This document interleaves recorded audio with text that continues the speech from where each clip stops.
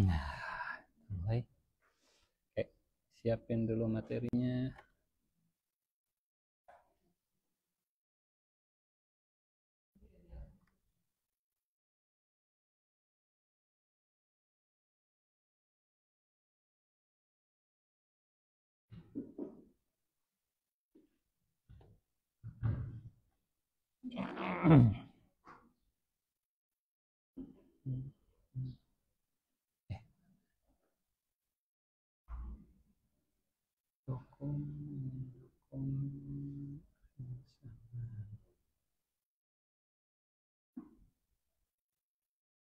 Ya, itulah.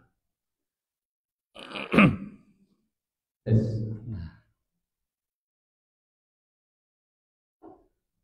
a'udzu billahi minasyaitonir rajim. Bismillahirrahmanirrahim. Assalamualaikum warahmatullahi wabarakatuh.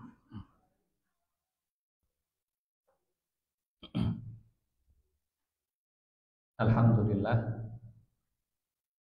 Alhamdulillahirabbil alamin. Wassalatu wassalamu ala asyrafil anbiya'i wal mursalin wa ala alihi wa sahbihi ajmain. Rabbi shrah li sadri wa yassir li amri wa hlul 'uqdatam min lisani yafqahu qawli. Allahumma la sahla illa ma ja'altahu sahla wa anta taj'alul hazna idza syi'ta sahla. Allahumma la ilma lana illa ma 'allamtana innaka antal alimul hakim.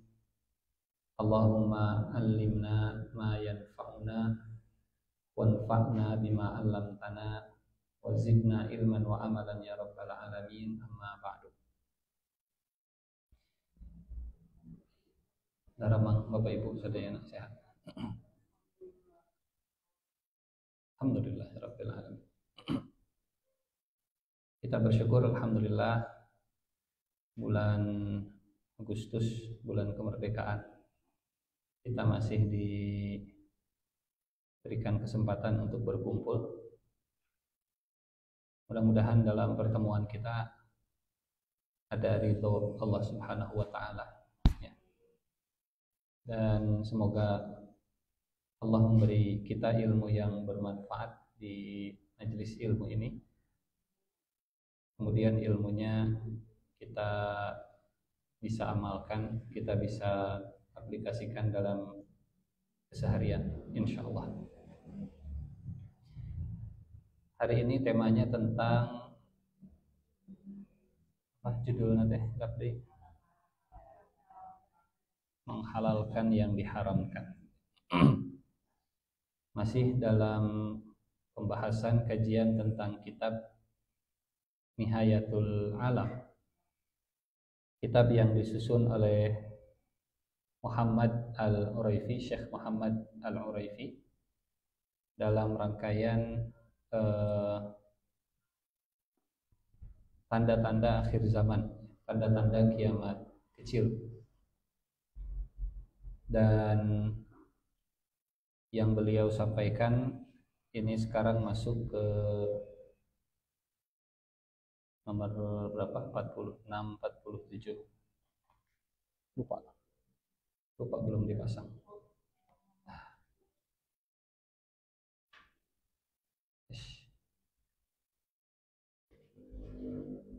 Ini harus saya pakai ini ya. Nomor ke 46, 47, 48 insyaallah. Istihlalul hir wal harir. Saya izin share screen-nya dulu ya, untuk memudahkan supaya kelihatan kalau geser-geser. Nah. Ya.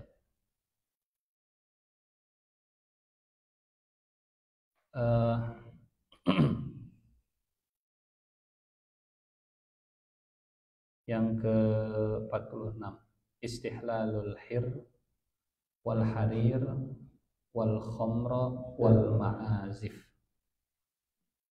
Istihlal menghalalkan. Kalimat istihlal itu artinya sebelumnya haram. Beda dengan yuhillu. Kalau dalam bahasa Arab ada ahalla yuhillu. Kalau ini istihlal. Istihlal itu berusaha untuk bisa jadi halal. Merekayasa sedemikian rupa sehingga orang akan memandangnya menjadi halal. Kalau ahalla yuhillu itu mengeluarkan fatwa, mengumumkan bahwa ini halal. Tapi kalau istihlal berusaha, usahanya yang digaris bawahi, sementara menyebut halalnya masih belum berani. Jadi istihlal itu sama seperti istighfar. Istighfar itu minta ampun. Jadi tujuannya adalah ampunan. Tapi perjalanan menuju ampunannya disebut istighfar. Jadi berusaha supaya dapat ampunan, bahasa Arabnya istighfar. Berusaha supaya dapat hujan, namanya istisqa. Hujannya adalah suqya, ikhtiar usahanya supaya dapat hujan disebut istisqa. Salat istisqa, salat untuk minta hujan. Istighosah, minta bantuan, minta pertolongan. Bantuannya sendiri disebut gauthun. Request supaya dapat bantuannya disebut istighosatun. Prosesnya. Pertolongan, bahasa Arabnya aunun, i'anatun. Minta tolong, isti'anah. Iyyaka na'budu wa iyyaka nasta'in. Isti'adzah. Isti'adzah minta perlindungan. Perlindungannya sendiri disebut a'udz. Berusaha merequest perlindungan, bahasa Arabnya isti'adzah. Jadi kalau ada yang namanya isti itu adalah tolabus syai'. Kalau istighfar berarti tolabul maghfirah, minta ampun. Kalau istidraj. Nah, istidraj itu meminta untuk dapat derajat. Derajat itu ke atas begitu ya. Meminta untuk dapat derajat, diangkat itu namanya istidraj. Posisi tingginya sendiri disebut punya derajat. Jadi istihlal itu rekayasa sedemikian rupa yang akan terjadi di akhir zaman untuk membuat orang terbiasa dengan kehalalan yang aslinya di dalam Al-Quran, aslinya dalam hadis, aslinya di dalam Islam itu haram. Istihlalul hir wal harir wal khamr wal ma'azif. Ada 4 hal yang kemudian direkayasa sedemikian rupa dengan berbagai industri yang ada di zaman kontemporer, di zaman modern. Tujuannya kita langsung saja ya baca kitabnya biar lebih barokah. Minal muharramatil wadihah. Di antara yang diharamkan dan haramnya itu nyata, jelas. Allati la yajhalu hurmataha muslimun. Yang tidak seorang pun tidak tahu tentang keharamannya. Zina, wa syurbal khamar, wal ma'azifal majinah, wa lubsal harir lirrijal. Yang pertama, perzinahan. Ini muslim yang normal tahu kalau zina itu haram dan keharamannya jelas. Yang kedua, minum khamr, minuman beralkohol, minuman keras, mau namanya non-white, kopi miring, gin, vodka, angciu dan seterusnya lah begitu ya. Wal ma'azif al majinah. Kita sudah bahas poin ini atau belum sebelumnya? Belum. Yang ketiga al ma'azif al majinah. Al ma'azif al majinah itu alat industri musik, alat-alat musik yang majin, yang betul-betul apa majin itu ya? Yang membuat seseorang jadi gila, yang membuat seseorang jadi teralihkan. Majinah. Walubsal harir lirrijal, dan menggunakan harir sanes Toyota. Menggunakan apa? Sutra bagi kaum laki-laki. 4 hal yang akan dibahas insyaallah. Perzinahan, minuman keras, industri musik, harus bayar royalti dan seterusnya. Lagi ke LKMN gitunya. Dan fashion dengan bahan baku sutra bagi laki-laki. Waqad akhbaran Nabi sallallahu alaihi wasallam anna fariqan min ummatihi sawfa yastahilluna hadhil muharramat akhir zaman. Dan Nabi sudah memberi kabar bahwa sebagian dari umatnya, fariqan, sekelompok dari umatnya, sawfa yastahilluna hadhil muharramat, mereka akan merekayasa sedemikian rupa, berusaha untuk membuat orang-orang terbiasa dan menganggap halal hal-hal yang diharamkan ini di akhir zaman. Bagaimana caranya orang membuat yang haram jadi halal? Mengubah satu nilai. Bapak Ibu, kita sudah pernah cerita tentang industri fashion zaman dulu dengan zaman sekarang ya. Sudah ya? Begitu. Jadi pada akhirnya yastahillun itu upaya aktif, bukan bersifat organik. Kalau organik mah ya berjalan biasa. Tapi kalau yastahillun memang betul-betul ada rekayasa. Dibuat sedemikian rupa supaya mata orang itu jadi terbiasa dengan yang namanya perzinahan. Dan pastinya step by step by step by step by step. Mungkin awalnya dibiasakan antara laki-laki dan perempuan itu jalan bareng berduaan. Kalau suami istri masih oke. Tapi kalau ini tahu kita juga bukan suami istri dan masih pakai seragam. Masih pakai seragam berembodas deh. Masih SD, masih SMP, masih SMA. Tapi sudah seperti suami istri dan dibuat filmnya. Saya tidak bilang judulnya. Dan dibuat supaya orang itu suka dan dibuat supaya orang terbiasa. Kalau laki-laki perempuan yang belum menikah kemudian berduaan, kemudian romantis-romantisan, kemudian berpisah berciuman biasa, itu on the way menuju istihlal. Karena istihlal itu bukan proses sehari selesai. Istihlal itu adalah rekayasa aktif, membuat orang terbiasa yang tadinya haram dianggap jadi biasa. Pasti kerjanya sedikit-sedikit. Pasti kerjanya sedikit-sedikit. Dan kadang tidak sadar. Atau tidak disadari lebih tepatnya. Boleh jadi tidak disadari. Nanti makin lama makin berani. Pakaiannya akan semakin dibuka. Kalau sekarang mungkin dibuka misalnya di Burma. Di Burma. Tapi lama-lama buramnya akan turun, akan hilang, akan memudar. Bahkan mungkin yang tidak bisa difilter di handphone makin biasa, ya. Wanita tampil atau ini yang lebih mengerikan. Kalau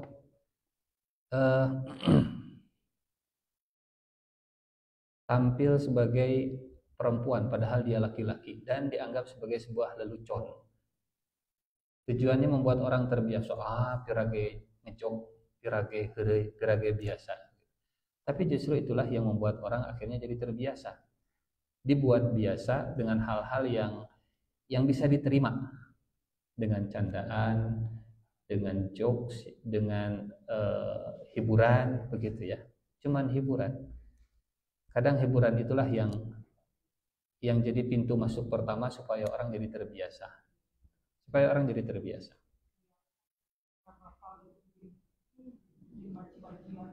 Betul, betul. Eh, Bukan lehengnya. Kalau itu penontonnya masih lokal. Tapi kalau sudah masuk ke media cetak, media elektronik, dilihat oleh banyak orang gitunya sedunia, bahkan dikasih panggung segala macam, kita melihatnya ini salah satu bentuk istihlal. Istihlal itu tadi bukan menghalalkan, tapi berupaya merekayasa dengan aktif sedemikian rupa, step by step sampai orang terbiasa, naon nah abet haram. Sampai muncul kalimat nah abet haram. Kenapa sampai haram? Istihlal. Dan ini poin pertama di sini. Kita belum baca hadisnya. Tapi kalau punten, kalau terang-terangan pasti bakal banyak yang berontak. Kalau sedikit-sedikit, misal tayangan di pantai, kondisi di pantai Bali ditampilkan, masuk ke TV. Nah, lama-lama orang terbiasa pakai pakaian terbuka, lama-lama orang terbiasa, biasa, namanya juga di pantai biasa. Mata terbiasa melihat aurat, akhirnya emang kunaon sih kudu ditutup auratna? Karena sudah terlalu terbiasa. Kalau boleh dibuat ilustrasi, kalau orang terbiasa ada di sampah begitunya. Pertama nyium sampah mah, tapi lama-lama biasa. Lama-lama biasa. Bahkan kalau ada orang yang harum, bukan harum, tidak pakai parfum, cuman tidak bau lah, gitu. Dianggap sebagai satu keistimewaan. Jadi pada akhirnya syaitan, baik syaitan jin dan syaitan manusia, menggelincirkan itu khutwat, step by step. Wala tattabi'u khutwatis syaitan, selangkah demi selangkah. Yastahillunal hirra, mereka akan menghalalkan, mereka akan merekayasa sedemikian rupa sampai manusia terbiasa dengan kehalalan perzinahan. Punten. Nama title-nya wanita pezina. Oh, terlalu kasar itu mah, ganti atuh. Kupu-kupu di kampus ya tahu. Kupu-kupu malam. Ayam kampusnya. Pekerja. Oh, jadi pekerja. Akhirnya karena ini termasuk pekerjaan, kena cukai.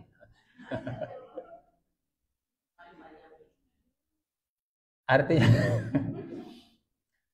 kalau sudah kena pajak berarti sudah dianggap legal. Betul? Kalau sudah kena pajak, karena ya kalau cukai mah oke lah begitunya, cukai mah kan sesuatu yang beda dengan pajak begitu. Tapi kalau sudah kena pajak berarti sudah dilegalisir. Sudah dilegalisir dianggap namanya juga pekerjaan. Itu salah satu bentuk dari istihlal. Tapi kalau ditanya, memang halal gitu? Oh enggak, saya tidak menghalalkan. Tapi istihlal. Jadi Nabi sangat presisi dalam memilih diksi. Nabi tidak mengatakan di akhir zaman ada orang yuhilluna, bukan yuhillun, yastahilluna. Yastahil. Wa adda dzalika alamatan liqurbi qiyamis saah. Dan memasukkan hal tersebut ke dalam tanda dekatnya hari kiamat. Nah jadi kiamat.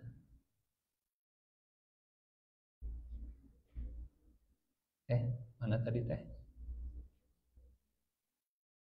Nomor berapa tadi? 46. 46.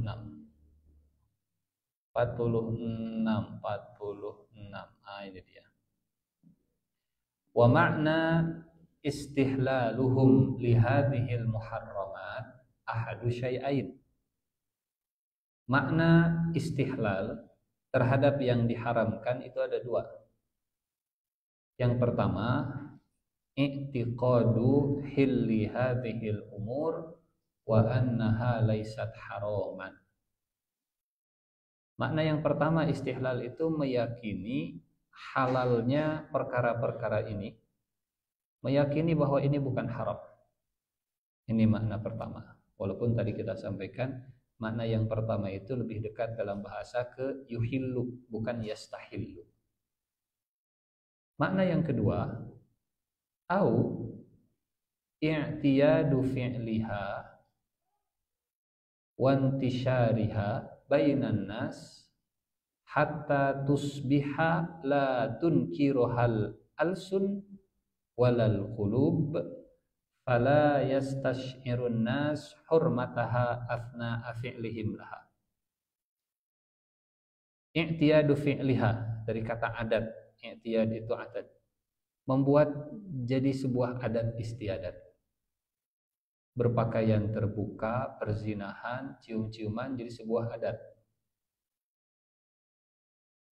Ini kan adat, laki-laki, perempuan, anak muda, kemudian dipisahkan, cari perempuan, ketemu, peluk, langsung cium. Ini kan namanya juga adat, adat istiadat. I'tiyadu fi'liha, pekerjaannya dianggap biasa. Wantisharuha, dan menyebar, viral, FYP, muncul di semua medsos, semua mata menatap dan melihat. Namanya wantisharuha bainan nas. Hatta tusbih, sampai pada akhirnya la tunkiruhal alsun, lisan-lisan tidak lagi mengingkari karena mata sudah terbiasa. Lisan sudah enggak ada lagi kok begitu, kok begini, nah gitu, nah kia, karena mata sudah terbiasa. Walal qulub, termasuk yang berbahaya, hati juga enggak lagi gelisah gitu melihat pemandangan yang haram tadi. Walal qulub. Punten.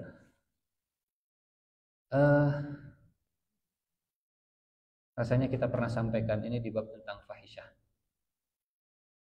Rambut perempuan aurat tidak? Aurat? Aurat tidak apa-apa? Aurat, betul, aurat. Tapi saking banyaknya yang kebuka rambutnya. Jadi biasa mata teh begitu ya. Betul, padahal itu aurat. Dan kita juga merasa akhirnya teh desi eta mah tara pakai kerudung biasana gitu. Karena tapi punten, kalau melihat rambut ibu-ibu yang biasa hadir di jamaah majelis taklim, astagfirullahaladzim, rada beda, gitu. Rada beda. Jadi kalau mata sudah terbiasa melihat, maka lisan juga nggak akan mengingkari, dan kalau lisan tidak mengingkari, hati juga nggak akan gelisah. Walal qulub. Padahal kata Nabi, hati itu jadi indikator lemahnya iman. Selemah-lemahnya iman kalau mengingkari dengan hati. Maksudnya gini, kalau di TV ada pemandangan muda-mudi lagi ciuman, misalnya teh begitu ya. Tapi hati kita biasa-biasa saja. Berarti saking sudah seringnya pemandangan itu ada di sekitar kita, kan begitu biasanya. La tunkiruhal alsun walal qulub fala yastash'irun nas hurmataha. Sehingga orang-orang tidak merasakan bahwa eta teh haram sebenarnya. Itu teh enggak boleh sebenarnya. Asna fi'lihim laha, saat mereka atau saat perbuatan tersebut dikerjakan atau dilakukan. Baik, kita masuk ke hadisnya. An Abi Amir atau Abi Malik Al-Asy'ari. Dari Abi Amir atau Abi Malik Al-Asy'ari, Nabi Muhammad sallallahu alaihi wasallam beliau bersabda, la yakunanna min ummati. Sungguh benar-benar nyaan ieu mah bakal aya. Nabi menggunakan dua huruf taukid, huruf lam di awal dan huruf nun tasydid di akhir. La dan nun tasydid di akhir. La yakunanna. Kalau tanpa huruf taukid, redaksinya jadi yakunu min ummati. Kalau pakai huruf taukid, sing percaya, jangan ragu sama sekali. Seriusan ieu mah, aslina swear. Kalau bahasa orang mata akhirnya celi ucing. Itu namanya huruf taukid, huruf untuk meyakinkan, menghilangkan keraguan dari yang mendengarkan. Entah pakai gestur, entah pakai sorot mata, entah pakai isyarat, entah pakai nada yang tinggi, namanya huruf taukid. Layakunanna, lamnya pendek. Karena kalau lamnya panjang 2 harokat, artinya malah jadi sebaliknya. Kalau la tidak. Kalau la pendek 1 harokat, sungguh benar-benar. Sungguh benar-benar. Kalau saya lamun sungguh benar-benar tidak, alah. Lala. Layakunanna min ummati, sungguh benar-benar akan ada dari sebagian umatku kaum-kaum. Umat yang dimaksud di sini adalah umat ijabah, bukan sekedar umat dakwah. Jadi umat Nabi itu semua yang hidup setelah beliau diangkat jadi Nabi, itulah umat Nabi. Kalau ada yang bersyahadat, maka dia adalah umat Nabi yang mengikuti dakwah Nabi. Tapi kalau tidak mau, itu namanya umat dakwah, umat yang diajak. Tapi ada umat yang merespon. Sebagian dari umatku ada kaum yang akan yastahillunal hirra. Kaum yang berusaha merekayasa, membuat orang-orang itu menganggap normal al-hirra.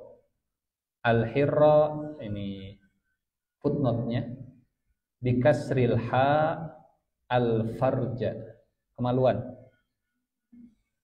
Menganggap hal yang biasa dengan kemaluan.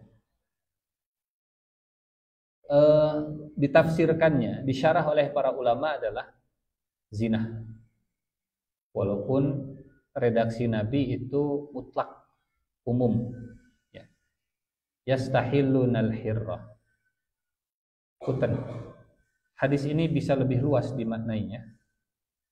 Karena bukan sekedar perzinahan, juga bisa masuk ke, kalau sekarang LGBT begitu ya. LGBT. Yastahillunal hirra. Mereka berusaha merekayasa, membenarkan, memberi panggung, ngasih undang-undang, menormalisasi al-hir, semua kemaluan di depan ataupun di belakang. Yang di depan zina, yang di belakang berarti jadi LGBT dan seterusnya. Yang kedua, wal harirah, dan sutra bagi laki-laki, wal khamra, dan khamr minuman keras, wal ma'azif, dan ma'azif alat musik. Nanti kita bahas karena ini yang paling seru dari 4 hal ini adalah ma'azif. Kalau zina rasanya insya Allah selama masih normal Islamnya sepakat dengan keharaman zina. Kalau harir ya selama maknanya masih kain bukan mobil, bukan Toyota masih aman begitunya. Khamr juga insya Allah. Walaupun turunannya kalau khamr itu, bagaimana kalau kita makan di restoran yang di situ disediakan juga khamr, di situ dijual juga khamr. Bagaimana kita makan di pesawat yang dihidangkan khamrnya juga. Tapi kalau minum khamrnya sendiri, insya Allah sepakat untuk keharamannya. Yang keempat ini yang wal ma'azif, alat musik, industri musik. Walayanzilanna aqwamun, dan sungguh benar-benar akan turun satu kaum ila janbi alamin, ke sisi sebuah gunung. Alam kalau tidak pakai alif itu artinya gunung yang tinggi. Kalau pakai alif, alam, itu artinya alam. Kalau banyak, alamin, alam semesta. Kalau pakai kasroh, alim, orang yang berilmu. Tapi kadang alam digunakan untuk orang yang berilmu dan ilmunya itu tinggi sekali. Alamah gitu. Alamah. Alam sendiri itu di footnote kita lihat ai inda jabalin ali. Alam itu gunung yang sangat tinggi. Dan sungguh benar-benar akan ada satu kaum yang datang ke sisi sebuah gunung yang tinggi, yaruhu alaihim bisarihatin lahum. Mereka datang ke gunung tersebut membawa sarihah. Sarihah itu kata Syekh Uraifi, al-ghanam allati tusrahu fin nahari fi mara'iha wa ta'udu lailan limakaniha. Sarihah itu domba-domba yang digembalakan, namanya sarihah. Kata Nabi, sungguh akan datang suatu kaum ke sebuah gunung yang tinggi, mereka membawa dombanya sambil menggembalakan dombanya. Ya'tihim, mereka datang ke gunung tersebut, yakni al-fakir, orang fakir yang sedang menggembala domba, datang ke sebuah pinggir gunung, lihajah, untuk sebuah hajat. Jadi Nabi sedang menggambarkan satu komplek elit yang ada di gunung, tinggalnya bukan di lereng gunung tapi di atas gunung, bukan di bawah gunung tapi di atas gunung, komplek elit di atas gunung, di puncak, di atas gitu, di dataran tinggi. Kemudian ada orang miskin penggembala domba datang ke orang-orang kaya ini untuk sebuah hajat, untuk minta pertolongan. Mereka punya mansion istilahnya bungalow. Mereka punya istana, istananya ada di atas, bukan di dataran rendah. Kemudian orang fakirnya sambil menggembala domba datang ke pinggir gunung tadi untuk minta tolong untuk sebuah hajat. Punten. Nabi awalnya bicara tentang suatu kaum yang merekayasa dan berusaha untuk membuat orang terbiasa dengan kehalalan 4 hal tadi. Tiba-tiba topiknya seperti yang seperti itu. Tapi orang hebat dalam berkomunikasi pasti sistematis caranya. Nabi lebih sistematis. Kitanya saja yang kadang kudu harus mikir. Namun hubungannya ieu teh. Contoh, kita pernah cerita halal jelas, haram jelas. Di antara halal haram ada syubhat. Tiba-tiba topik berganti. Sungguh di dalam tubuh manusia ada segumpal daging. Kalau baik maka dia baik, kalau buruk maka dia buruk. Segumpal daging itu bernama jantung, qalbun, hati bahasa kitanya. Kela, ieu teh naon? Halal, haram, syubhat, tiba-tiba pindah ke hati. Para ulama kemudian menjelaskan kondisi hati dipengaruhi oleh apa yang dia konsumsi. Kalau yang masuk halal, maka hatinya akan tenang. Kalau yang masuk haram, maka hatinya akan tidak tenang, bahkan gelisah, skeptis, susah untuk percaya. Gitu. Kalau yang masuknya itu syubhat, hatinya juga bakal curiga dan seterusnya. Jadi kesimpulannya, apa yang dikonsumsi dan bagaimana cara dia mengkonsumsi berpengaruh terhadap situasi hati. Makanan dan mood itu ternyata punya hubungan lah, kurang lebih begitu. Jadi kalau makan yang pedas-pedas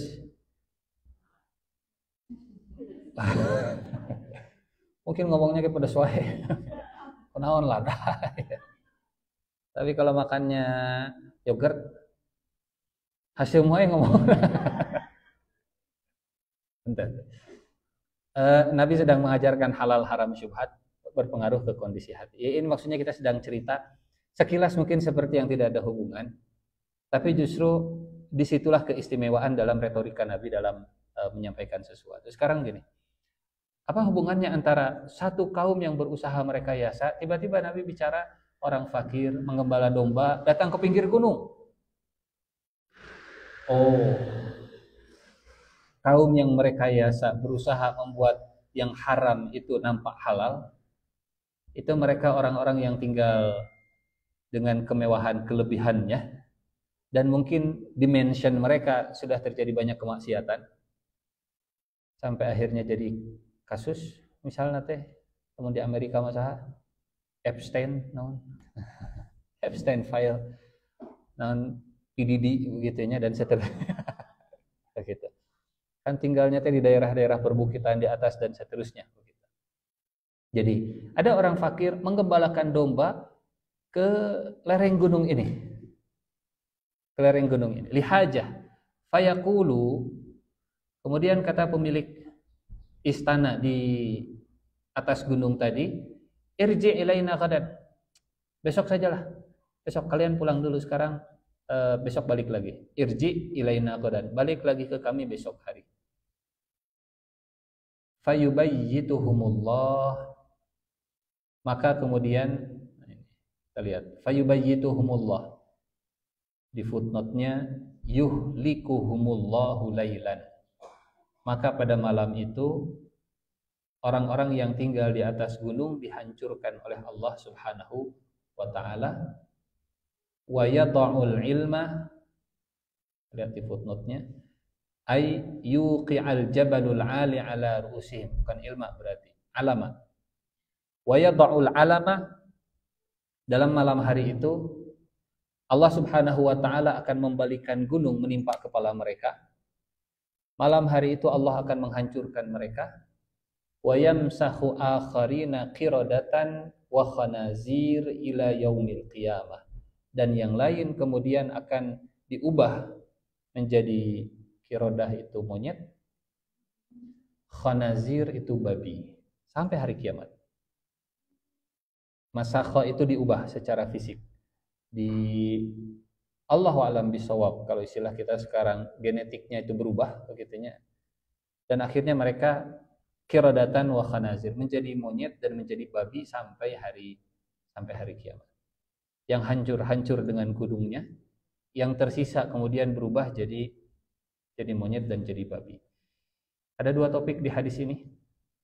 Kaum yang berusaha menghalalkan dengan kaum yang menolak untuk memberikan bantuan kepada orang fakir gitu. Mereka tinggalnya di atas gunung, kemudian disuruh pulang lagi, balik besok lagi. Baik. Wa qad tasahala 'adadun min buldanil muslimin al-yawma bizina wal khamr. Dan sebagian dari negeri-negeri muslim hari ini, al-yaum hari ini, tasahal. Tasahal itu dari kata sahlun. Apa artinya sahlun? Mudah. Tasahala memudah-mudahkan. Tasahala menganggap enteng lah bahasa kita. Hari ini banyak negara kaum muslimin menganggap enteng zina dan khamr. Buku ini ditulis tahun berapa Bapak Ibu? 2010. Di mana? Di Arab Saudi. Karena penulisnya orang Arab Saudi, dan kata beliau, hari ini banyak negara muslim, negara yang mayoritasnya kaum muslimin, menganggap enteng perkara zina dan perkara khamr. Melegalisir, membiarkan gitu ya, perzinahan dan khamr. Bahkan kadang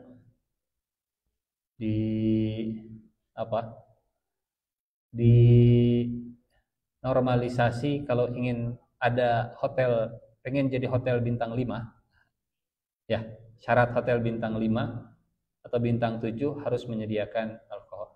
Kecuali di Mekah dan di Madinah mungkin itu pengecualian tersendiri gitu ya. Tapi di luar Mekah dan Madinah maka khamr, kalau zina mungkin panti pijat plus sepak plus. Fa asbahat dawruz zina, maka perzinahan Wadi'arah, dan di'arah itu apa? Ya mirip seperti perzinahan, cuman istilah dalam bahasa Arab sekarang di'arah, prostitusi. Perzinahan dan prostitusi tuhma bismil qanun, dilindungi atas nama undang-undang. Tahun 2010 kata beliau. Wa tasduru lil baghaya al mumtahanat az-zina bitaqatun rasmiyah. Dan para pekerja seksual, para pezina, mereka diberikan bitokoh, kartu resmi, izin resmi, sertifikat resmi, begitu. Bahwa PSK ini sudah tersertifikasi memberikan pelayanan yang terbaik. Kata beliau ini ya, saya hanya membacakan kata beliau. Di beberapa negeri yang mayoritasnya Muslim, kata Syekh Uraifi, itu atas nama undang-undang sudah memberikan ruang kepada PSK, bahkan diberikan sertifikat resmi. Di negara mana? Wallahu a'lam bishawab. Tonggo yang hafal bapak-bapaknya. Wa tasduru lil baghayal mumtahanati zina bitaqatun rasmiyah. Ammal khamr, adapun khamr, fabalaghal amrul ana bi bai'iha jiharan naharan. Adapun khamr, maka urusannya hari ini, sekarang penjualannya itu sudah jiharon naharon, terang-terangan. Bahkan mungkin di beberapa minimarket sudah ada kulkasnya khusus. Bahkan digabungkan dengan yang lain. Betul? Silahkan diperiksa. Jiharon naharon. Dan itu salah satu bentuk istihlal. Kalau ditanya apakah ini halal? Enggak, ini enggak halal. Tapi kenapa? Mata orang jadi terbiasa. Kanan, kiri, samping, atasnya yang halal-halal, tapi di tengah-tengahnya kemudian ada vodka gitunya. Ayat namanya teh saya tidak tahu lah. Pokoknya nama eta. Terang-terangan dan siang hari, wa iqraru ba'did duwalil arabiyyah, dan keputusan sebagian negeri-negeri Arab, wal islamiyah, dan negeri-negeri Islam, at-tijaratu biha fil aswaq, untuk memarketingkan dan memasarkannya di pasar-pasar, fil aswaq. Kata beliau, ini di negeri Arab. Wa an Abi Malik, beliau mengutip hadis yang lain tentang bab ini. Dari Abi Malik Al-Asy'ari, anna Rasulullah sallallahu alaihi wasallam qala, Rasulullah bersabda, la yashrabanna nasun min ummati al-khamra. Ada la di depan, ada nun di belakang, ada yashrabu di tengah-tengah. Sungguh benar-benar akan ada orang yang meminum dari umatku khamr. Umatku benar-benar akan kembali meminum khamr. Bapak Ibu punten, sudah capek-capek khamr itu diharamkan dalam berapa tahap? 4 tahap. Kita pernah cerita ini? Masih ingat? Sedikit. Alhamdulillah. Sudah di luar kepala semua. Kita ulangi sedikit. Bagaimana panjangnya dan prosesnya, bagaimana Allah menurunkan ayat itu sampai 4 kali gitu, saking saking susahnya. Terus ini ya.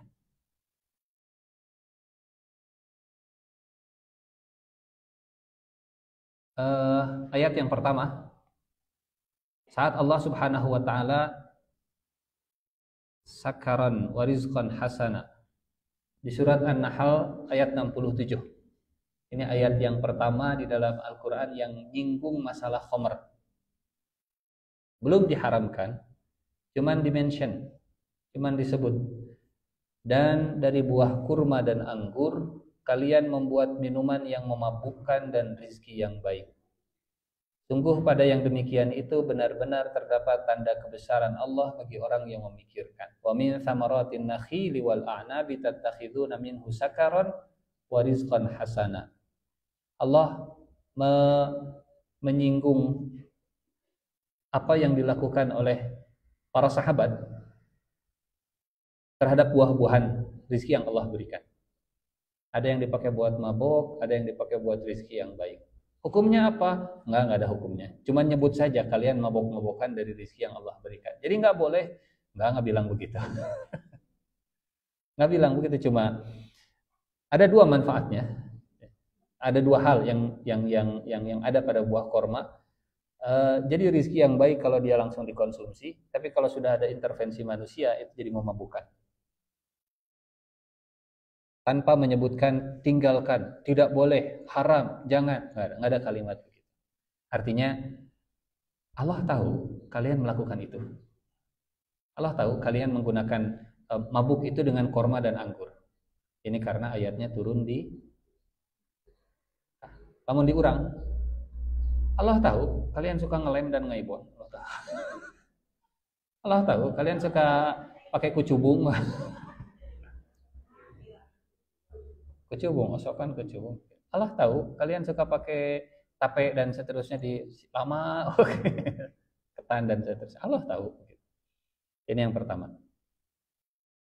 Yang kedua,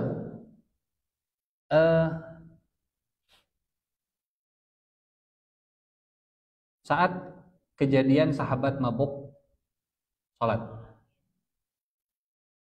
dan gara-gara mabuk ketika sholat, akhirnya bacaannya pabaliut, al-kafirun jadi a'budu ma ta'budun dan seterusnya. Saya menyembah apa yang kalian sembah dan kalian menyembah apa yang saya sembah. A'budu ma ta'budun wa ta'budun ma a'bud. Karena tadi pabaliut ya. Surat An-Nisa ayat 43. Ini ayat yang turun kedua kalinya, bukan melarang mabuknya, tapi mengatur waktu maboknya. Ngatur waktu. Jangan mabok mendekati waktu sholat. Maaf, kita lihat terjemahannya. La taqrabus sholat. Jangan sholat dalam keadaan mabuk. Zuhur jam berapa? 12. Mabok jam sebaraha? Jangan jam 11. Di jam 8 kene. Supaya jam 10 sudah seger. Pas adan masih benar adannya. Karena kalau pas adzan mabuk, ya alal falah, Allahu akbar. Ini ayat yang kedua.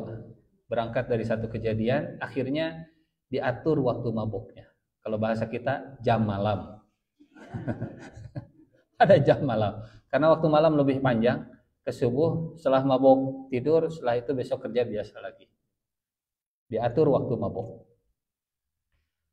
Sudah secapek ini Islam gitu ya, se-effort ini Islam untuk menjauhkan orang dari khamr, kemudian didekatkan lagi dengan khamr. Yang ketiga sekarang. Yang ketiga ini sudah mulai disebutkan unsur dosanya, walaupun belum diharamkan. Kalau yang pertama apa tadi? Allah tahu kalian menggunakan itu untuk mabuk. Apal sok, ya kan sok ngaibon dirinya ge. Cuman begitu. Apa sok main kecubungkannya ini. Apal Allah juga begitu. Satu. Cuman saya menyaksikan, saya tahu. Kalau yang kedua, kade sholat tetapnya STMJ tapi nya. Sholat terus mabok jalan gitu. STMJ tapi maboknya diatur waktunya. Yang ketiga, wa ismuhuma akbaru min naf'ihima. Al-Baqarah 209. Dan mereka bertanya kepadamu tentang khamar dan judi. Qul fihima ismun kabir wa manafi'u linnas wa ismuhuma akbaru min naf'ihima. Ada dosa yang besar pada khamar dan judi, tapi juga ada beberapa manfaatnya. Apa manfaatnya judi? Ini kan pertanyaannya bukan tentang khamar, judi juga begitu ya. Apa manfaatnya judi? Satu, hotel mungkin jadi laku. Secara ekonomi ini, secara ekonomi. Karena mungkin tempat judinya di sana, jauh-jauh dari Indonesia datang ke mana itu teh? Satu, hotel jadi laku. Dua, mungkin dokter jiwa jadi laku. Amun eleh. Psikiater dan seterusnya. Tiga, mungkin ada yang bekerja jadi akun admin judi online. Betul? Saya nggak punya pekerjaan sekarang, saya jadi admin judi online. Oh, hilang saja mulutnya, hilang ginjalnya, gitu akhirnya. Tapi kata Allah, dosanya lebih besar daripada manfaatnya. Silahkan hitung manfaat dan madorot dari judi dan khamr. Kita percaya ismunnya lebih besar daripada dosanya. Ismunnya lebih besar daripada manfaatnya. Wa ismuhuma akbaru min naf'ihima. Dosa keduanya, efek buruk keduanya, ya karena dosa di dalam Al-Quran itu banyak redaksi. Zanbun dosa, junahun dosa, ismun dosa, apalagi sayyi'atun juga dosa. Harojun juga dosa. Terjemahan bahasa Indonesia semuanya dosa. Tapi ismun itu lebih ke dosa yang efek buruk. Perasaan penyesalan, merasa bersalah itu masuk dalam makna ismun. Tetapi efek buruknya dari khamar dan judi lebih besar daripada manfaatnya. Madorotnya lebih besar daripada manfaatnya. Tapi Allah tidak menyebut tinggalkan. Allah masih menyebut, ya ada manfaatnya, tapi lebih besar dosanya.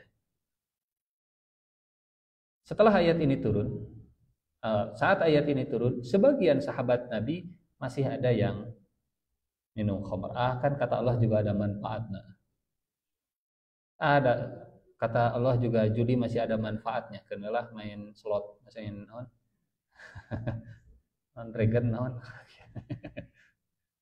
masih ada manfaatnya. Ini tahap yang ketiga, dan baru tahap yang terakhir setelah Al-Baqarah 219, barulah Allah Subhanahu wa taala kemudian rijsun. Surat Al-Maidah ayat 90. Ini ayat terakhir yang diturunkan berkaitan dengan masalah khamr.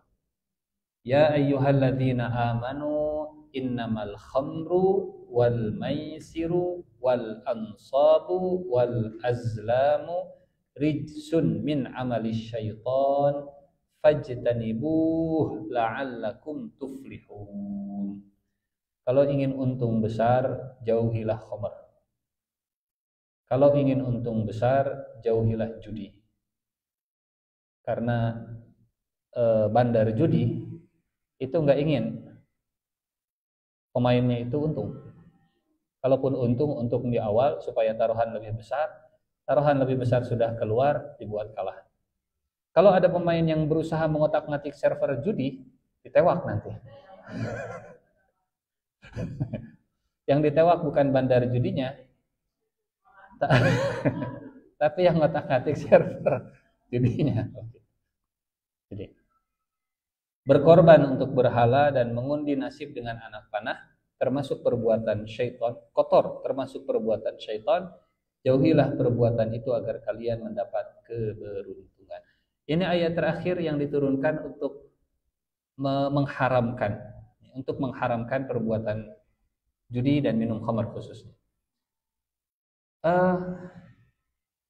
Sudah capek-capek, sudah se-effort itu dengan bertahap, tiba-tiba ada manusia yang berusaha yastahillunal hirra wal harira wal ma'azif.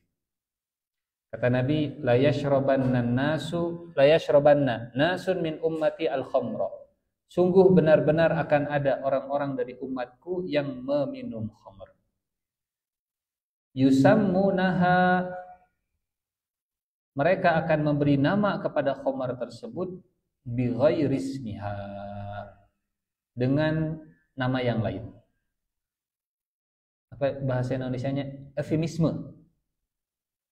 Eufemisme itu memperhalus bahasa, karena kalau disebut khamar terdengar kasar, diperhalus. Apa? Minuman minuman berenergi. Ini minuman pejantan, minuman laki-laki, minuman macam-macam lah begitu. Namanya diganti bukan dengan nama aslinya. Pun demikian dengan zina dan seterusnya. Ya'zifu ala ru'usihim bil ma'azif. Dan di atas kepala mereka, ya di atas kepala mereka akan dimainkan berbagai macam alat musik. Jadi ini hal yang tidak pernah lepas, seperti satu paket gitunya. Industri hiburan, industri khamar, industri prostitusi, dan fashion yang kaitannya dengan yang dilarang. Kalau untuk laki-laki tadi Rasulullah menyebut sutra, begitu, memberikan gambaran kemewahan dengan sutra. Tapi untuk laki-laki, untuk perempuan silahkan, lain cerita. Jadi 4 hal: industri fashion, industri prostitusi, industri minuman keras, alkohol, termasuk saya kira narkotika, narkoba, dan yang terakhir industri hiburannya. Kata Nabi, mereka minum khamar dan di atas kepala mereka sambil ya'zifu ala ru'usihim. Redaksi Nabi luar biasa, di atas kepala mereka. Kalau zaman dulu mungkin tidak kebayang di atas kepala. Kalau zaman sekarang dengan audio lamp di atas kepala sambil datang ke bartender, tequila, tequila 1 gelas, 1 gelas. Terus di belakang ada yang ala ru'usihim, di atas kepala mereka, begitu.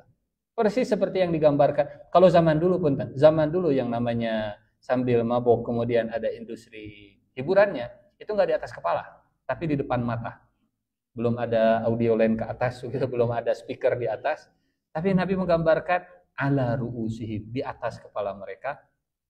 Ya'zifu ala ru'usihim bil ma'azif wal mughanniyat, dan wanita-wanita yang menghibur menyanyi sambil mabok-mabokan, sambil ajeb jongeng tet. Sayap suci. Wal mughanniyat, wanita-wanita yang kemudian menjadi penyanyinya. Ya, Nabi tidak cerita apakah auratnya terbuka atau tidak begitu. Tapi rasanya kalau di lingkungan seperti ini, moal aya nu pakai kerudung,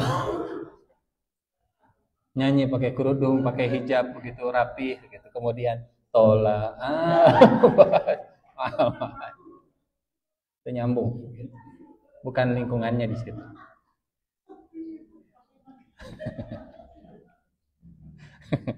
Sepi kapenan. Ganti customer nah pasti. Tapi kalau wal mughanniyat mudah-mudahan tidak harus bayar royalti gitu. Langsung orangnya. Kemudian kata Nabi, yakhsifullahu bihimul arda, maka Allah akan benamkan mereka ke bawah bumi. Wa yaj'ala minhum al-qiradata wal khanazir, dan menjadikan sebagian dari mereka kirodah, khanazir, monyet dan babi. Ini kalau yang pertama tadi riwayat Bukhari, yang yastahilluna al-hirra wal harira wal ma'azifa. Kalau yang ini riwayat Ibnu Majah dalam kitab Fitan. Kemudian kita balik lagi ke penjelasan Syekh Uraifi. Wa min akhtaril ma'asi al-yawm, dan di antara maksiat yang berbahaya hari ini, ma buliya bihil katsiru minan nas, yang menimpa banyak orang, minastima'il aghani, wa alatit tarbi, berupa menyimak dengan seksama, menikmati. Istima' itu betul-betul diniatkan untuk menyimak, memang dengan sengaja dilakukan, bukan lewat kemudian kedengeran gitu ya. Minastima'il aghani, dengan banyaknya dia seksama mendengarkan aghani, lagu-lagu musik-musik, wa alatit tarbi, dan alat-alat musik, wa hadza min a'zamil asbab, apalagi ditambah dengan suara yang kencang, sound horek misalnya teh. Ya penemunya Thomas Alva Edison. Wa hadza min a'zamil asbabi fi maradil qulub. Kata beliau, ini adalah penyebab terbesar penyakit hati. Wasaddiha an dzikrillah, dan yang menyebabkan orang merasa kesulitan untuk banyak mengingat Allah. Kata beliau, wa anis shalah, dan dari salat. Wa anistima'il Qur'anil Karim, dan dari menyimak Al-Qur'anul Karim. Seolah beliau ingin mengatakan, kalau telinga yang sengaja dengan seksama ingin terus mendengarkan musik dan lagu, itu akan susah untuk banyak berzikir, khusyuk dalam sholat, dan mendengarkan Al-Quran. Jadi seperti yang tidak bisa digabungkan begitu antara dua hal ini.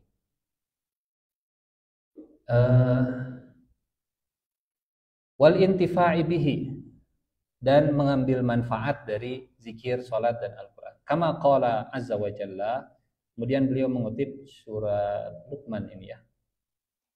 Wa minan nasi may yashtari lahwal hadithi liyudilla an sabilillahi bighairi ilm wa yattakhidhaha huzwa ulaika lahum azabun muhin. Kita lihat terjemahannya, surat Luqman ayat 6. Dan di antara manusia ada orang-orang yang mempergunakan perkataan yang tidak berguna untuk menyesatkan manusia dari jalan Allah tanpa pengetahuan dan menjadikan jalan Allah itu olok-olokan, mereka itu akan memperoleh azab yang menghinakan. Kalau kita lihat di tafsirnya, tafsir Jalalain, supaya kelihatan. Ayat 6.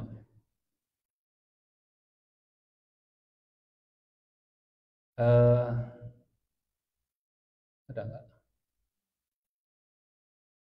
Oh, beliau tidak menafsirkan begitu ya.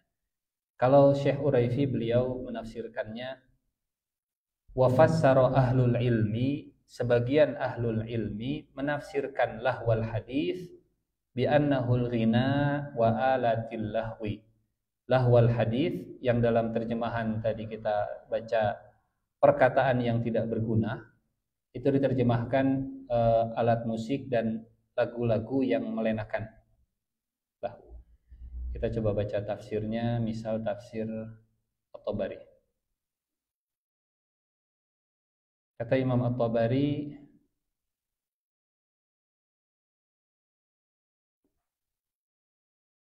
bentar, keluarkan dulu. Wa minan nasi may yashtari lahwal hadits liyudilla an sabilillah.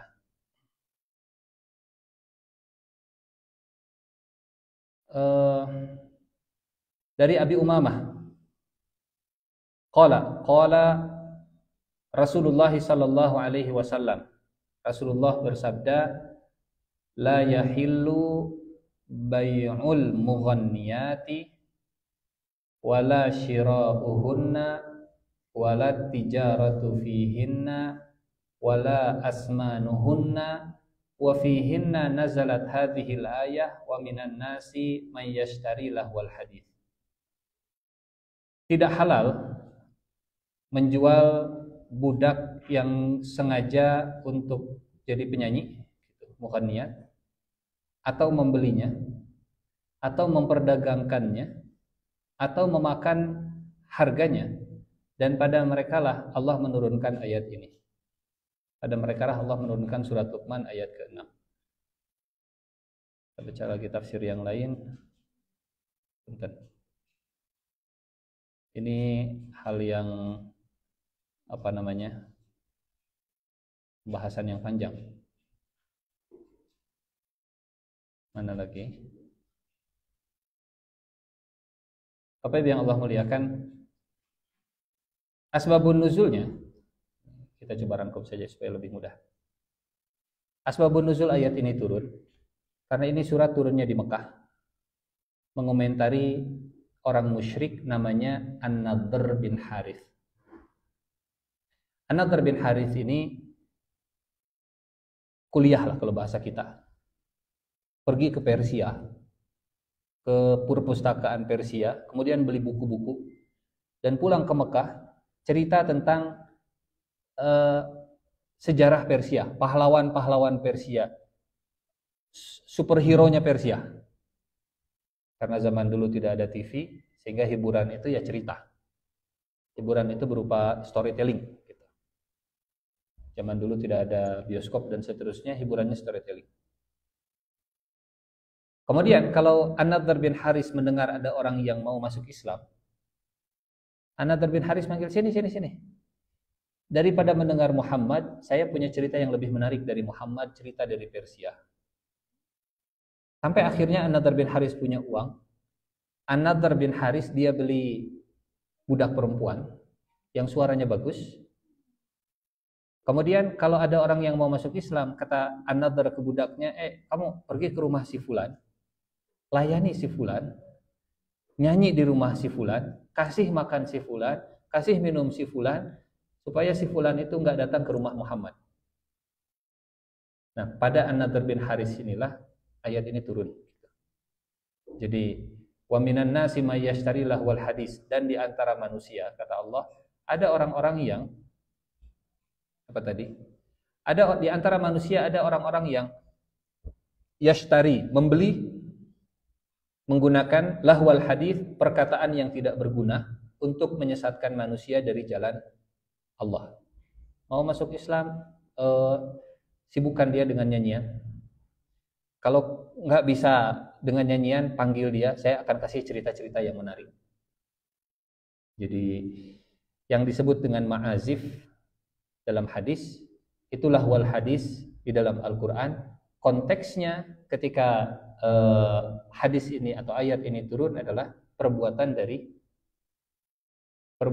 An-Nadhr bin Haris, menjauhkan orang dari jalan Allah Subhanahu wa ta'ala. Ustaz, jadi kita nggak boleh yang namanya kesenian di dalam Islam. Boleh tidak? Misalnya, mengajarkan anak kita dengan Adam, Idris, Nuh, Hud, Saleh, Ibrahim, Lut, Ismail, membuat mereka mudah menghafalkan nama Nabi, tapi kemudian mengajarkan kepada mereka lewat nada. Apakah yang seperti ini masuk dalam lahwal hadis liyudilla an sabilillah, atau justru membuat mereka mudah untuk mengingat nama-nama Nabi? Ini yang membuat dalam masalah ini, Bapak Ibu, ada tarik ulur pendapat. Tarik ulur pendapatnya dimulai dari ayatnya, konteksnya, dan asbabun nuzulnya. Misal, apa hukumnya kalau kita membuat orang mudah untuk mengingat Asmaul Husna? Ya Rahman, Ya Rahim, Ya Malik, Ya Kudus. Kira-kira kalau disetel, apakah termasuk ma'azif, apakah termasuk lahwal hadis, dan kira-kira apakah bakal ditagih royaltinya? Nah, itu yang paling penting begitu. Jadi letak perbedaan pendapat di antara para ulama itu di apakah ini termasuk liyudilla an sabilillah atau tidak termasuk liyudilla an sabilillah. Berangkat dari asbabun nuzulnya. Di antara manusia ada yang mempergunakan perkataan yang tidak berguna untuk menyesatkan manusia dari jalan Allah.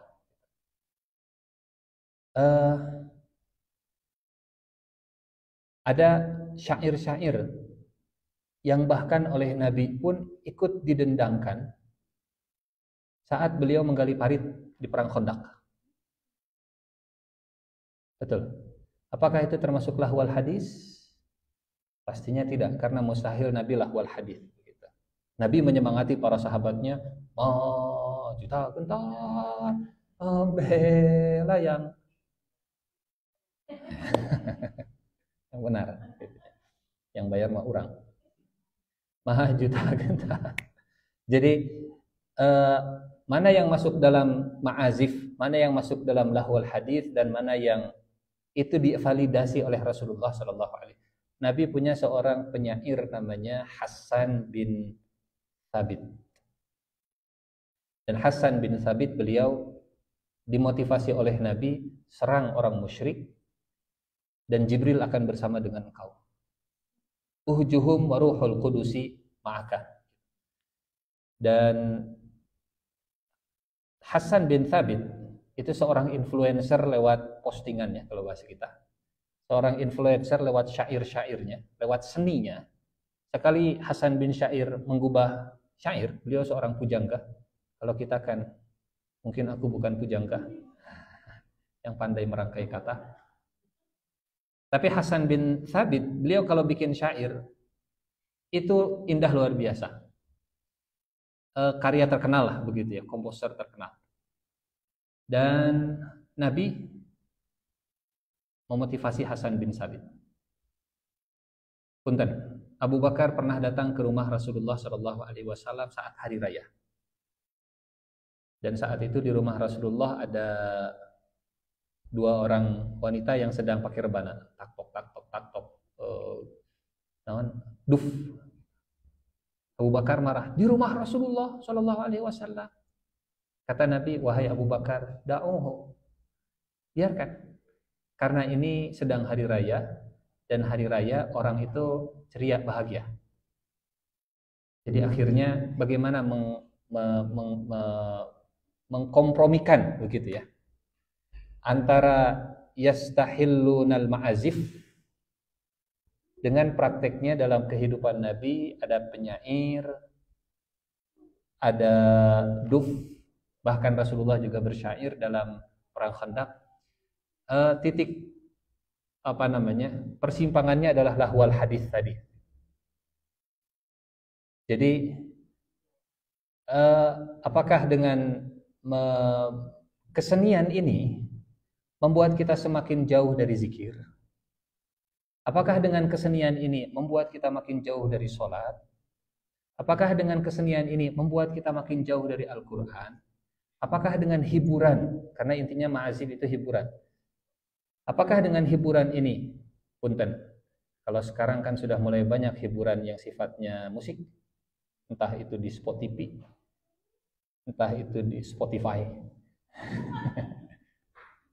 entah itu di YouTube musik, dan seterusnya lah, makin banyak begitu ya.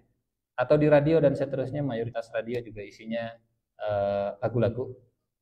Apakah ma'azif itu membuat kita jadi liyudilla an sabilillah, bikin kita jadi susah untuk zikir, bikin kita jadi susah khusyuk untuk sholat, karena pas lagi sholat yang diinget bahkan mungkin ada sholat jadi ngagaleong, fatihahna jadi kamana begitunya. Atau membuat kita jadi, karena sering dengan hiburan ini, akhirnya kita jadi jarang mendengarkan bacaan Al-Quran. Liyudilla an sabilillah. Baik, kita balik lagi. Jadi karena beliau mengutip ayat Al-Quran, surat Luqman ayat ke-6, konteksnya seperti tadi, asbabun nuzulnya seperti tadi. Wa qad qarana Nabi, dan Nabi Muhammad sallallahu alaihi wasallam menyandingkan sima'ul ma'azif, menikmati hiburan dengan musikal tadi, dengan zina dan meminum khamr. Jadi pendampingan seperti ini pasti ada maksud tersendiri. Entah maksudnya ini satu industri yang saling berkaitan, atau memang statusnya berdampingan begitu. Pasti berdampingan antara industri prostitusi, industri fashion, industri minuman keras, narkoba, dan industri hiburan, ma'azif. Wa min shiddati intisharil ma'azifil yaum, dan saking menyebarnya ma'azif hari ini, unsyiat laha qanawatun fadaiyatun khassatun tuqaddimul aghani bi anwa'iha, sampai dibangun khusus channel-channel televisi spesial untuk sengaja isinya hanya itu, isinya hanya lagu-lagu dan musik-musik. Wa kadzalika qanawatun idza'iyyatun mukhassasatun lil ma'azifi wal ghina. Demikian juga qanawat idza'iyah, itu maksudnya radio. Limuddati 24 sa'ah fil yaum, 24 jam tanpa henti. Kalau sudah begitu ma'azif. Tapi punten, misalnya kita sedang mendengarkan radio, tapi di antara satu program ke program yang lain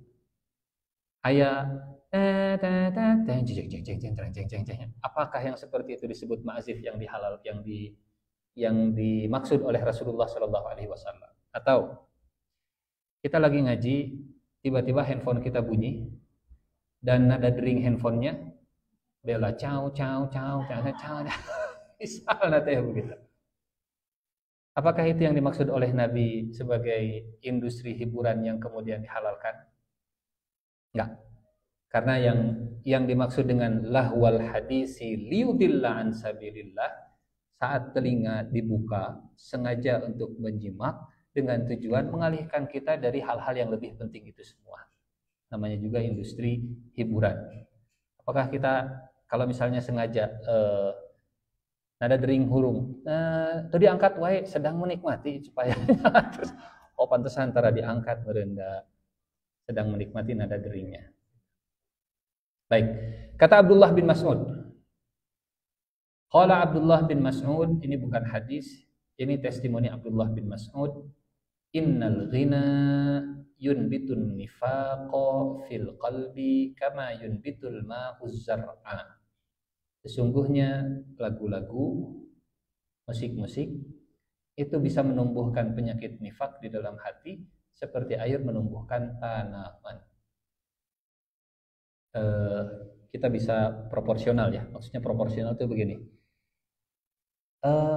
Kalau sekilas tanpa berniat untuk full menyimak 24 jam begitu, atau sejam 2 jam terus mendengarkan, ngajinya ditinggalkan, bukan seperti itu yang dimaksud dengan lahwal hadis liyudillah an sabilillah.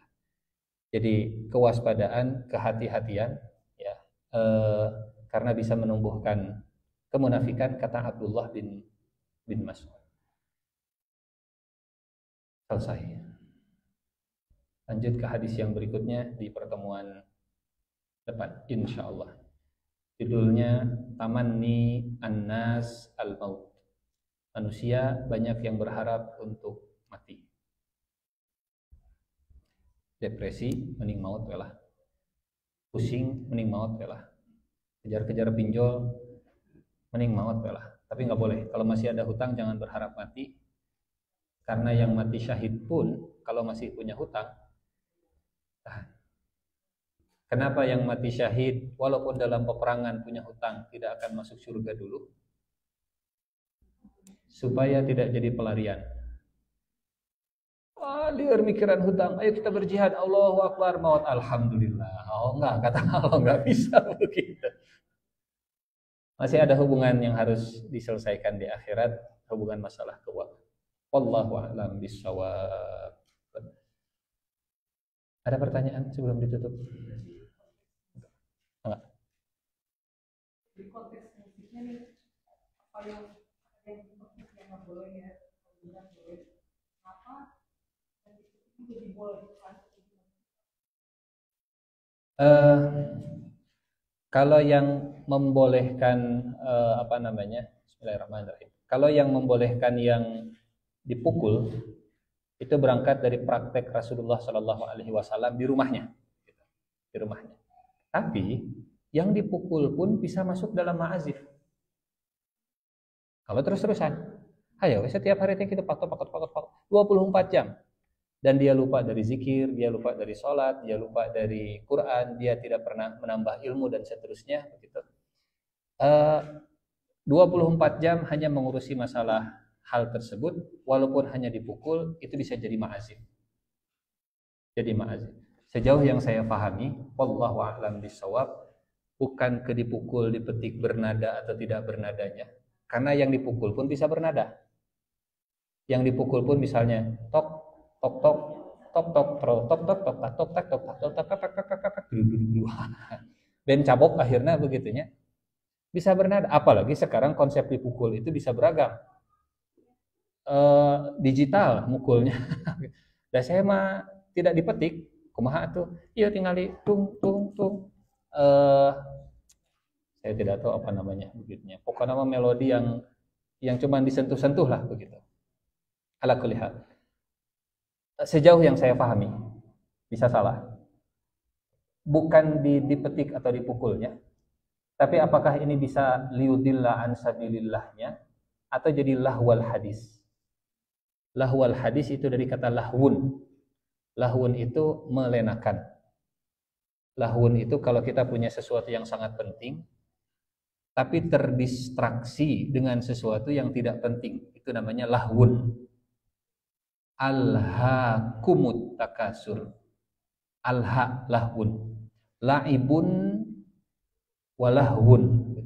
Permainan dan entertainment yang melenakan. Jadi berarti boleh kalau yang dipukul bukan dipukulnya, tapi kalau tidak membuat kita terlena dari zikir, sholat, dan mengingat Allah Subhanahu wa Ta'ala, dan di momen-momen tertentu tidak 24 jam, sedang hari raya, sedang pernikahan. Ustaz, kalau sedang pernikahan berarti kudu murotal wae gitu ya teh kumaha gitu. Punten, waktu Nabi disambut oleh para sahabat dalam hijrah, pakai apa? Kenapa tidak pakai murotal? Kenapa tidak disambut dengan alif lam mim zalika? Nabi disambut dengan tola'al badru dan kolosal, rame-rame begitu. Nabi membiarkan biasa di momen-momen tertentu yang tidak mengalihkan kita dari sesuatu yang ibadah, dari sesuatu yang utama, tidak liudillah an sabilillah. Sejauh yang saya pahami, wallahu a'lam bishawab, bisa salah. Bukan urusan dipetik atau dipukulnya, begitu ya. Bukan urusan dipetik atau dipukul, karena bernada atau tidak bernada, bahkan yang dipukul pun bisa jadi nada. Wallahu a'lam bishawab. Wallahu a'lam bishawab.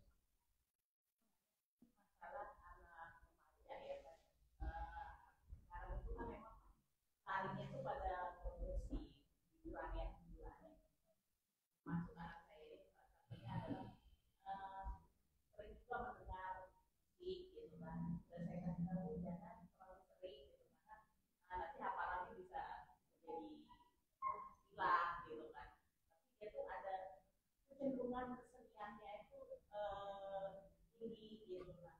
Bahkan dia pikir boleh nggak kalau saya les gitu les musik sebagai orang tua dalam menghadapi hal seperti itu gimana Pak Ustadz? Karena kan kalau kita langsung gitu istilahnya nggak boleh kayak ini, takutnya diam dia juga bisa menjadi malah jadi nggak benar gitu kita ini itu bagaimana Pak gitu orang tua menjalankannya gimana karena kalau melihat bapaknya dia memang gitu memang keluarga saya memang banyak gitu.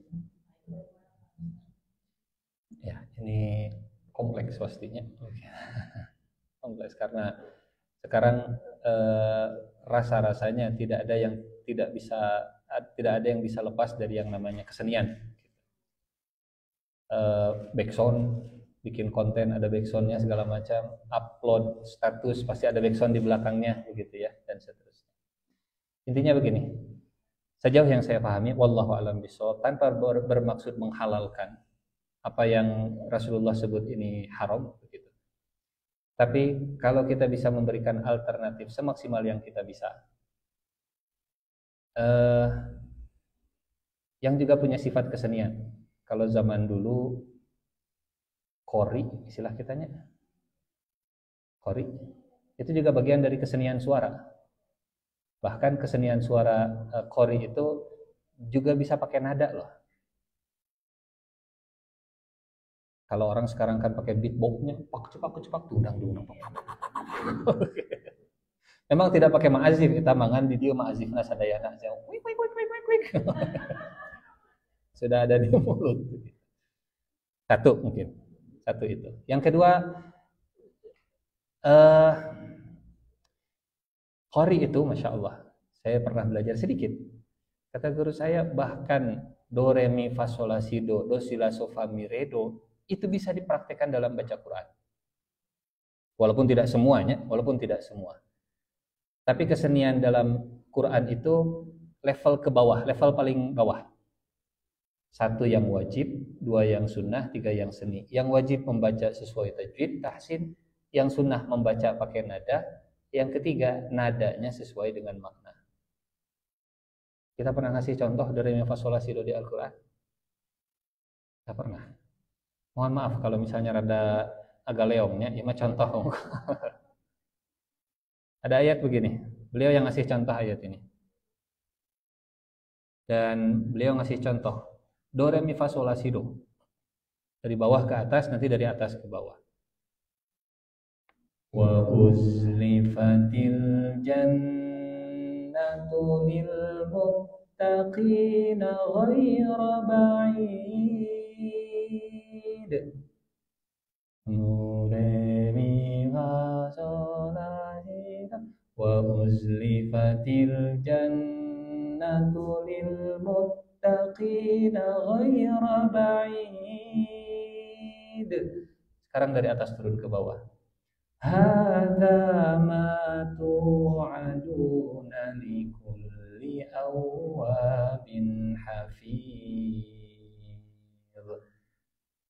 Naik bisa, turun juga bisa.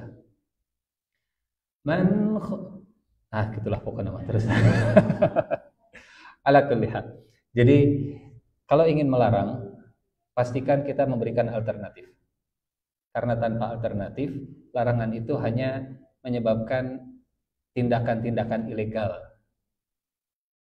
Dari mana munculnya tindakan ilegal? Dari larangan yang tidak memberikan alternatif. Pasti begitu. Dilarang diperjualbelikan. Oh, ilegal. Akhirnya di bawah tanah. Oke. Tapi kalau ngasih alternatif, ada alternatif. Salah satu alternatifnya mungkin bisa diarahkan ke sini. Qori, kuro. Karena kalau orang punya darah seni, apalagi seninya seni tarik suara, seni suara kan ini namanya, bukan seni menggambar, bukan seni lukis. Kalau seni lukis katanya yang kuat itu di mata dan di tangan. Kalau seni suara pasti yang kuat di telinga. Mudah-mudahan dengan alternatif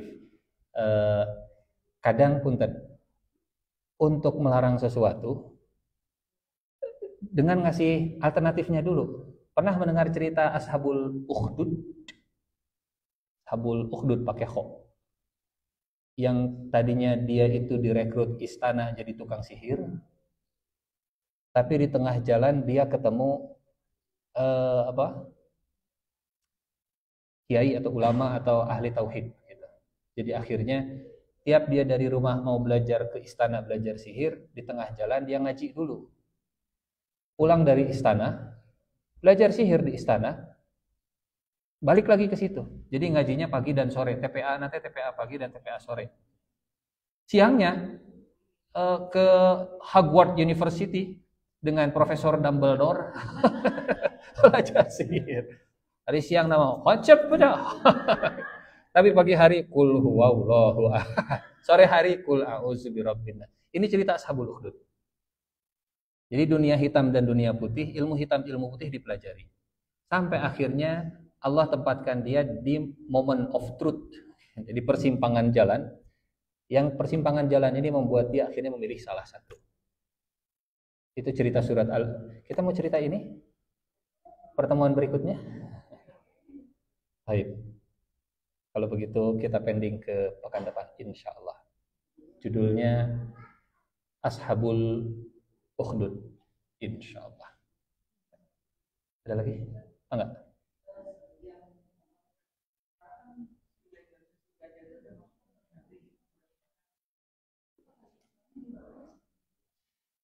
Di Aceh legal.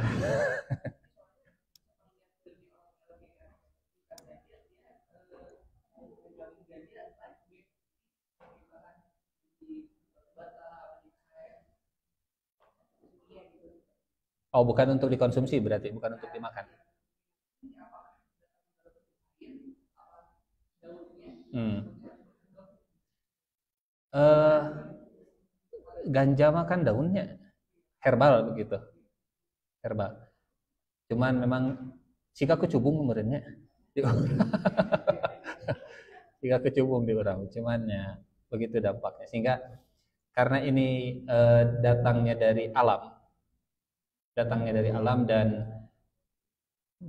saya tidak tahu kalau di Aceh, konun Aceh itu mengharamkan tidak ganja. Di Acehnya, konon katanya mertua saya dari Aceh. Jadi kalau orang Aceh masak tuh ya saya pakai ganja. Jadi lalapannya, jadi lalapan.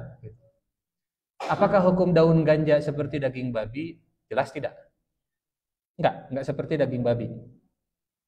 Daun ganja hukumnya itu tidak seperti daging babi, enggak sama.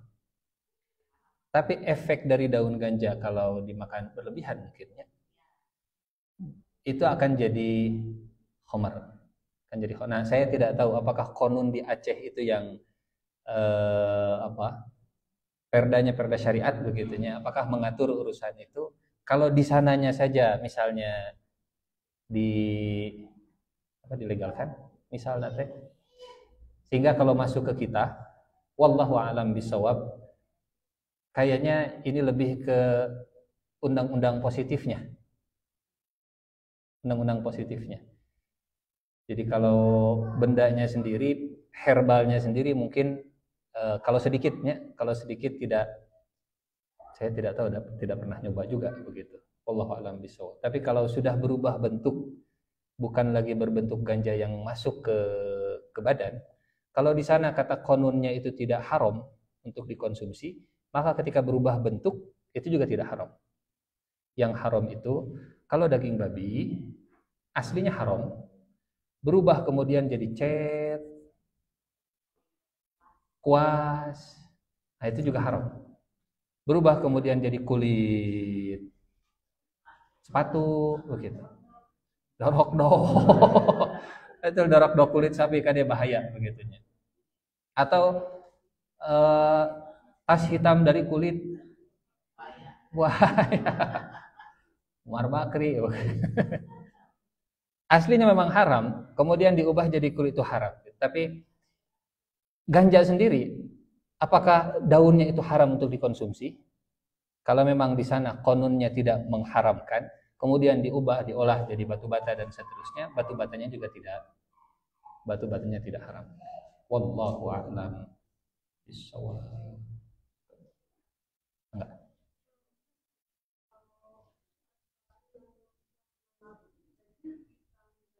Restoran yang nopok nolad.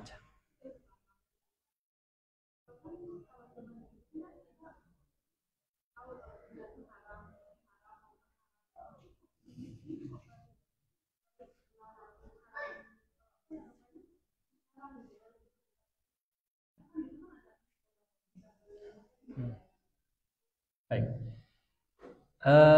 Yang pertama nopok nolad itu tidak otomatis kemudian halal karena mungkin masih menggunakan angciu, anggur merah, atau apalagi pokoknya cairan-cairan masakannya begitunya.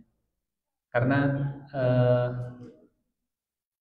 halal dan haram kadang kita sebagian memahami halal haram itu hanya urusan masalah babinya. Tapi korupsi sama, korupsi oke haram gitu. Tapi yang penting saya tidak makan babi, tapi prostitusi, padahal sama. Ini yang pertama. Jadi tidak otomatis nopok nolad kemudian restorannya halal kalau bahan bakunya ada seperti tadinya wine misalnya teh dicampur dalam masakan. Wallahu a'lam bishawab. Ini lebih kompleks sebenarnya. Yang memudahkan itu kalau restorannya sudah ada sertifikat halal dari MUI, sudahlah begitu. Gampang.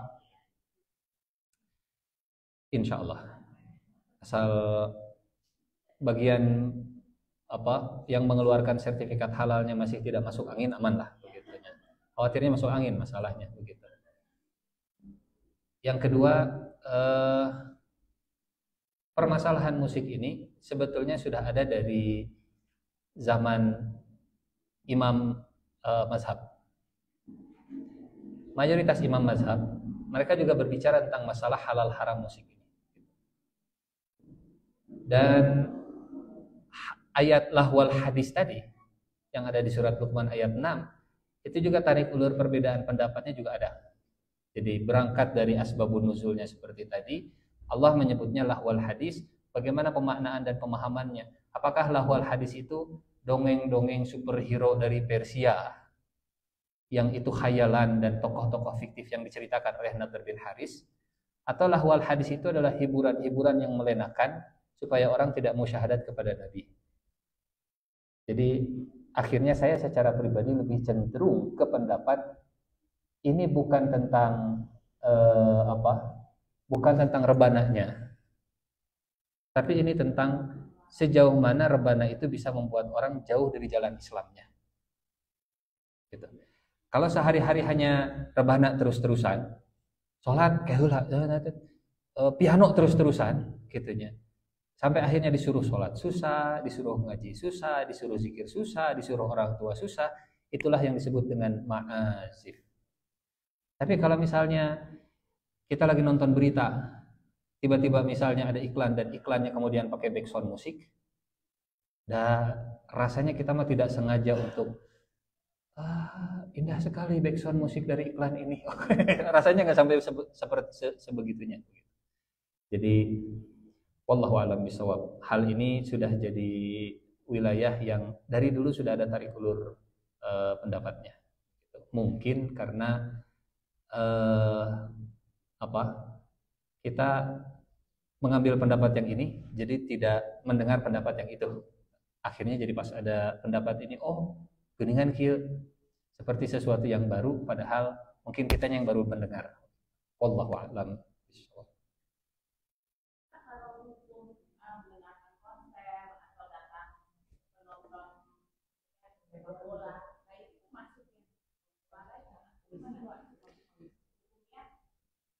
Satu, adakah kewajiban yang ditinggalkan? Dua, apakah sholatnya jadi terlalaikan?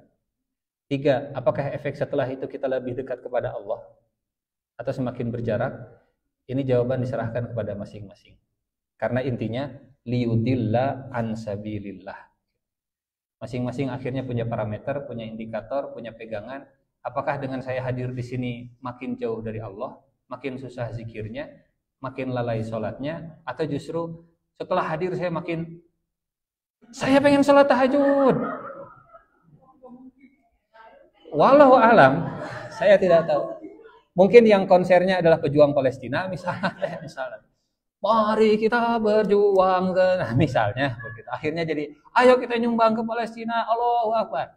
Siapa tahu ada yang seperti itu, siapa tahu begitunya. Hanya Allah yang tahu. Intinya patokannya dalam Al-Qur'an yang jadi pegangan utama. Bentuknya bisa berbeda-beda.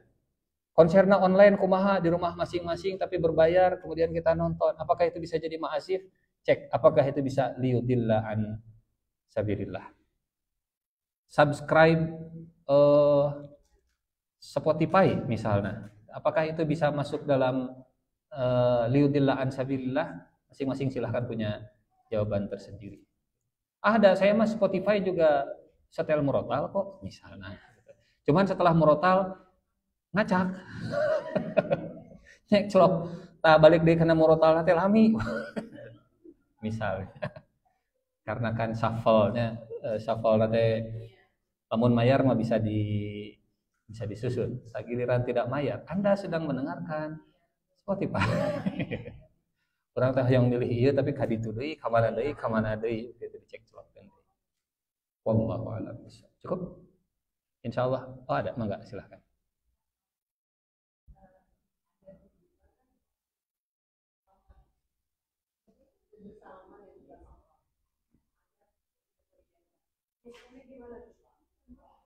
Baik.